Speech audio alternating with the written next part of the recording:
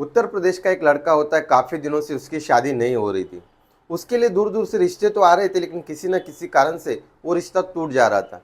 इसके लिए उस लड़के के घर वाले और लड़का काफ़ी परेशान था।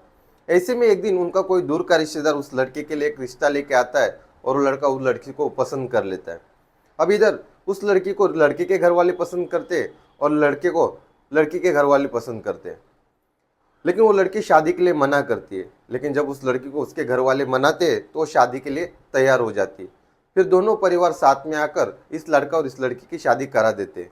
जब उनका सुहागरात का दिन होता है तो उस लड़के के साथ इतना भयानक हादसा होता है कि उसके बाद वो समाज में मुंह दिखाने के लायक नहीं रहता है।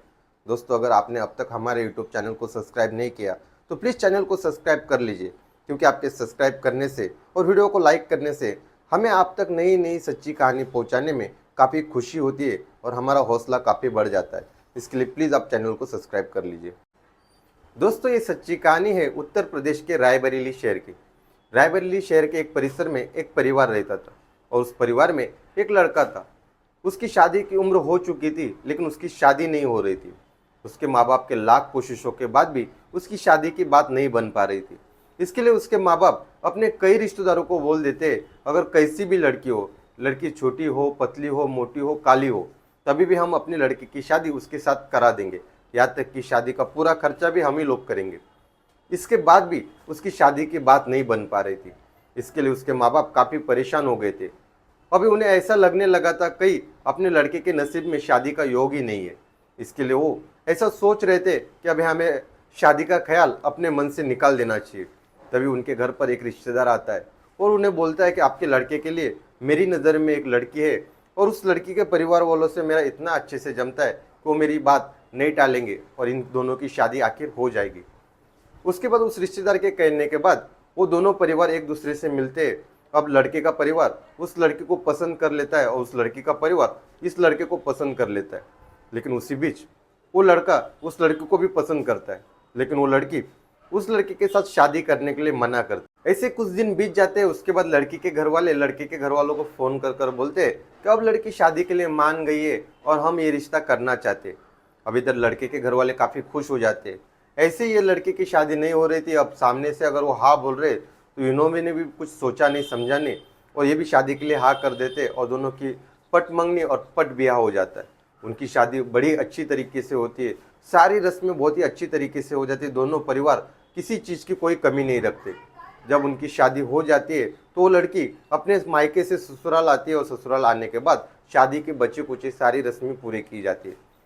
जब सारी रस्में हो जाती है, शाम का खाना हो जाता है, वो नया दूल्हा और दुल्हन अपने कमरे में चले जाते हैं और दोनों जब बातचीत करते, बातचीत करने के बाद वो अपनी सुहागरात मना लेते हैं। सुहागरात मनाने के बाद वो लड़का बहुत ही अच्छी और गहरी नींद में सो जाता है। अब इधर दुल्हन भी सो जाती है। जब उस लड़के की आँख करीब सवेरे के 4-5 बजे खुल जाती है तो वो बाजू में देखता है कि उसकी दुल्हन नहीं थी। उसे शुरुआत में ऐसा लगता है कि हो सकता है मेरी दुल्हन जो है वो वॉशरूम गई होगी या थोड़ी बाहर के कमरे में गई होगी। तो वो थोड़ा टाइम इंतज़ार करता है, लेकिन जब वो देखता है कि अब तक उसकी दुल्हन वापस नहीं आई तो वो कमरे के बाहर आता है। वॉशरूम में जाके देखता है तो वॉशरूम में भी कोई नहीं था। यहाँ तक कि वो आजू बाजू के कमरे में भी देखता है तो उस कमरे में भी कोई नहीं था। उसे लगने लगता है कहीं हो सकता है कि बाहर हवा खाने के लिए बाहर खड़ी हो, वो ये घर उसके लिए नया है। इसकी वजह से वो बाहर जाकर देखता है तो उसे बाहर भी कोई नहीं दिखता।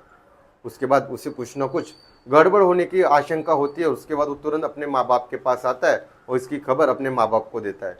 उसके बाद उसका पूरा परिवार उस दुल्हन को ढूंढने की कोशिश करता है। काफ़ी ढूंढने के बाद भी वो दुल्हन का कुछ पता नहीं चलता। इसके बाद दूसरे दिन सारा परिवार पुलिस स्टेशन पहुंच जाता है और पुलिस स्टेशन पहुंचने के बाद वो लड़का बोलता है कि 2 नवंबर 2024 को मेरी शादी हुई थी। शादी होने के बाद दुल्हन और मैं काफ़ी खुश थे। उसी रात हमारी सुहागरात भी होती है और जब हम दोनों सो जाते हैं और सवेरे जब मेरी नींद खुलती है तो मैं देखता हूँ कि मेरी दुल्हन मेरे कमरे में नहीं है। हर जगह हमने ढूंढने के बाद भी उसकी कोई खबर हमें नहीं मिलती।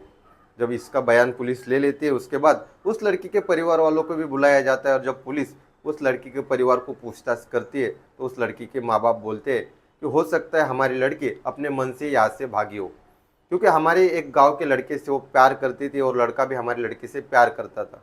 लेकिन इस रिश्ते के हम लोग खिलाफ थे।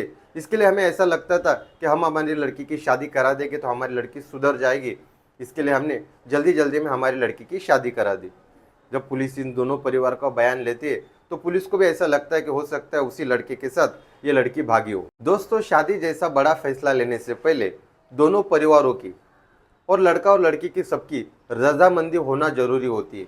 अगर रजामंदी ना हो तो जो ये कहानी में जैसा हादसा लड़की के साथ हुआ है ऐसा हम किसी के साथ भी हो सकता है। दोस्तों, ये कहानी सुनकर इस कहानी के बारे में आपकी क्या राय है ये हमें कमेंट बॉक्स में जरूर लिखिए। और इसी तरह की सच्ची कहानियों के लिए हमारे यूट्यूब चैनल भाव की बात को सब्सक्राइब कीजिए और बेल आइकन को दबाना मत भूलिए। तब तक के लिए अपना ख्याल रखिए, स्वस्थ रहिए। जय हिंद।